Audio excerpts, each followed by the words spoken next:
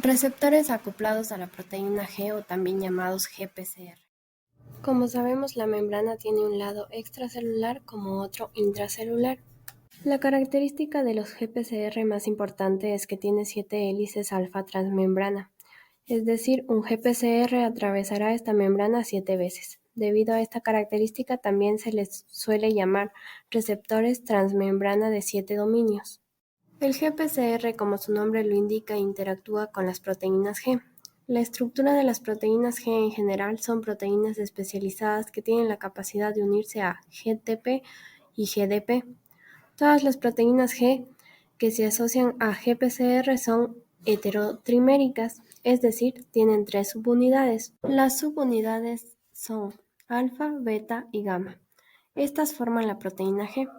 Alfa y gamma están unidas por anclajes lipídicos a la membrana celular. ¿Cómo sucede la vía de señalización?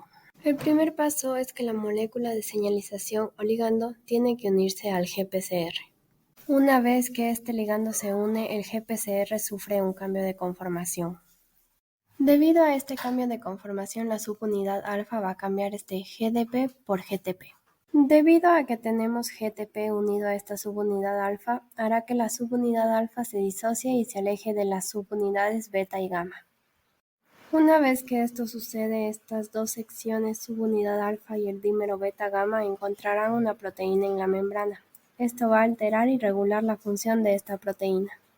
Cuando esta subunidad alfa activa una proteína objetivo, esta proteína objetivo transmite una señal causando una serie de eventos, y esto puede ocurrir siempre y cuando el ligando esté unido al GPCR. El GTP pierde un fosfato en la hidrólisis y se convierte en GDP. Una vez que esto sucede, todo vuelve a la normalidad. Receptores acoplados a enzimas.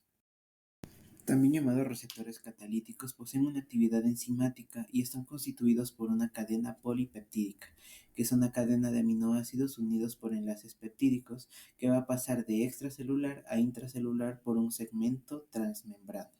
Los receptores acoplados a las enzimas se van a asociar a las cinasas, enzimas que catalizan la transferencia de grupos fosfatos a otras moléculas como azúcares o proteínas para desencadenar una respuesta celular.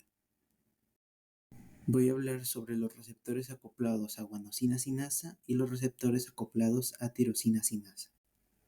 Los receptores acoplados a la guanosina sinasa tienen una vía de señalización intracelular con un recorrido específico dentro de su membrana, cuya estructura es una cadena proteica monomérica extracelular, una cadena N-terminal extracelular y a nivel de la membrana, un dominio transmembrana que se une a la cadena N-terminal para producir una respuesta a los péptidos y una cadena C-terminal que se encuentra a nivel intracelular.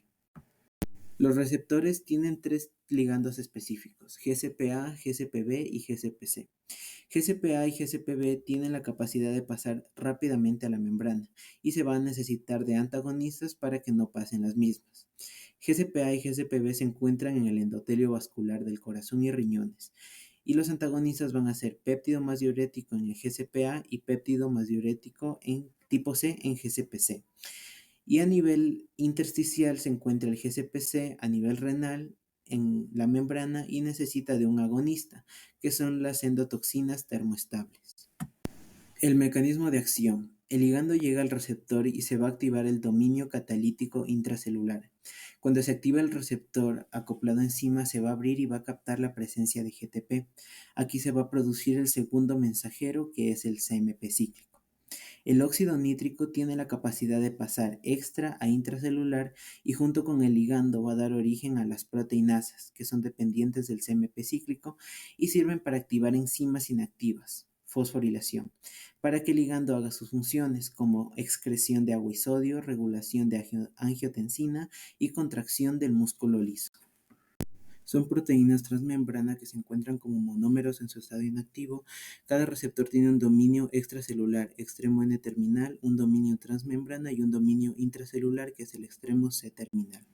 Su mecanismo de acción implica que, al unirse a un ligando, los receptores van a sufrir un cambio conformacional que van a inducir a la formación de un dímero, activando la función catalítica a nivel intracelular. Las subunidades pueden transfosforilarse a nivel del extremo C-terminal al añadir grupos fosfato a la región intracelular opuesta, específicamente a los residuos de tirosina presentes en el dominio citoplasmático. Va a tener 3 ligandos específicos con su respectivo receptor con actividad tirosina sinasa. El receptor del factor de crecimiento con factores intrínsecos no van a depender de nadie para la fosforilación, el receptor de insulina con factores intrínsecos y la citosina que depende de otros componentes y no se fosforila. Receptores acoplados a ácidos nucleicos. Están constituidos por proteínas intracelulares. Para que se activen se necesitan de ligandos liposolubles. Estos van a permitir la expresión de ciertos genes y van a actuar como factores de transcripción uniéndose a elementos de respuesta a hormonas.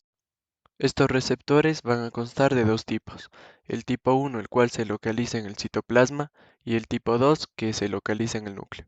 La membrana consta de 3 partes, una parte extracelular, una parte transmembrana y una intracelular. A nivel intracelular vamos a tener los RAN, el cual se encuentra unidos a una proteína. Para que se active el receptor se necesita un ligando liposoluble. El ligando que se encuentra extracelularmente va a atravesar la membrana y se une al receptor y la proteína se disocia y se forma el complejo ligando-receptor. Para que se active el complejo se necesita de otro receptor que no tenga esa proteína. Al estar los dos juntos forman un dímero y así viajan al núcleo donde se van a unir con el ADN y da origen a diferentes tipos de proteínas. La presencia de esas proteínas va a dar origen a la transcripción del ARN mensajero y la activación de proteínas. Receptores acoplados a canales iónicos. Activación del GPCRS. Un ligando extracelular, neurotransmisor o hormona o mediador inflamatorio se va a unir a un receptor GPCR. Esto va a activar una unidad de proteína G asociada compuesta por subunidades alfa, beta y gamma. La activación de la proteína G puede modificar directamente la actividad en los canales iónicos por interacción de subunidades beta. Activarse unos mensajeros intracelulares que modulan los canales de manera indirecta. Canales de potasio. Funcionamiento. Permiten la salida de iones de calcio hiperpolarizando la membrana celular y reduciendo la excitabilidad neuronal. Relación con los GPCR. Las subunidades beta de las proteínas G activan canales de potasio rectificadores hacia adentro. Estos canales están presentes en las fibras nerviosas de la cavidad oral y de las glándulas salivales. Canales de sodio. Funcionamiento. Permiten la entrada de sodio despolarizando la membrana celular y facilitando la conducción de señales eléctricas. Relación con los GPCRS. Son regulados indirectamente por el adenosín monofosfato cíclico generado por la activación de adenilato ciclasa a través de receptores acoplados a las proteínas G. Canales de calcio. Funcionamiento. Regulan la entrada de calcio a la célula, esencial para la liberación de neurotransmisores y la contracción muscular. Relación con los GPCRS. Los GPRS activan segundos mensajeros como IP3 que liberan calcio intracelular desde los depósitos del retículo endoplasmático. También pueden regular canales de calcio de voltaje dependientes a través de subunidades de la proteína G.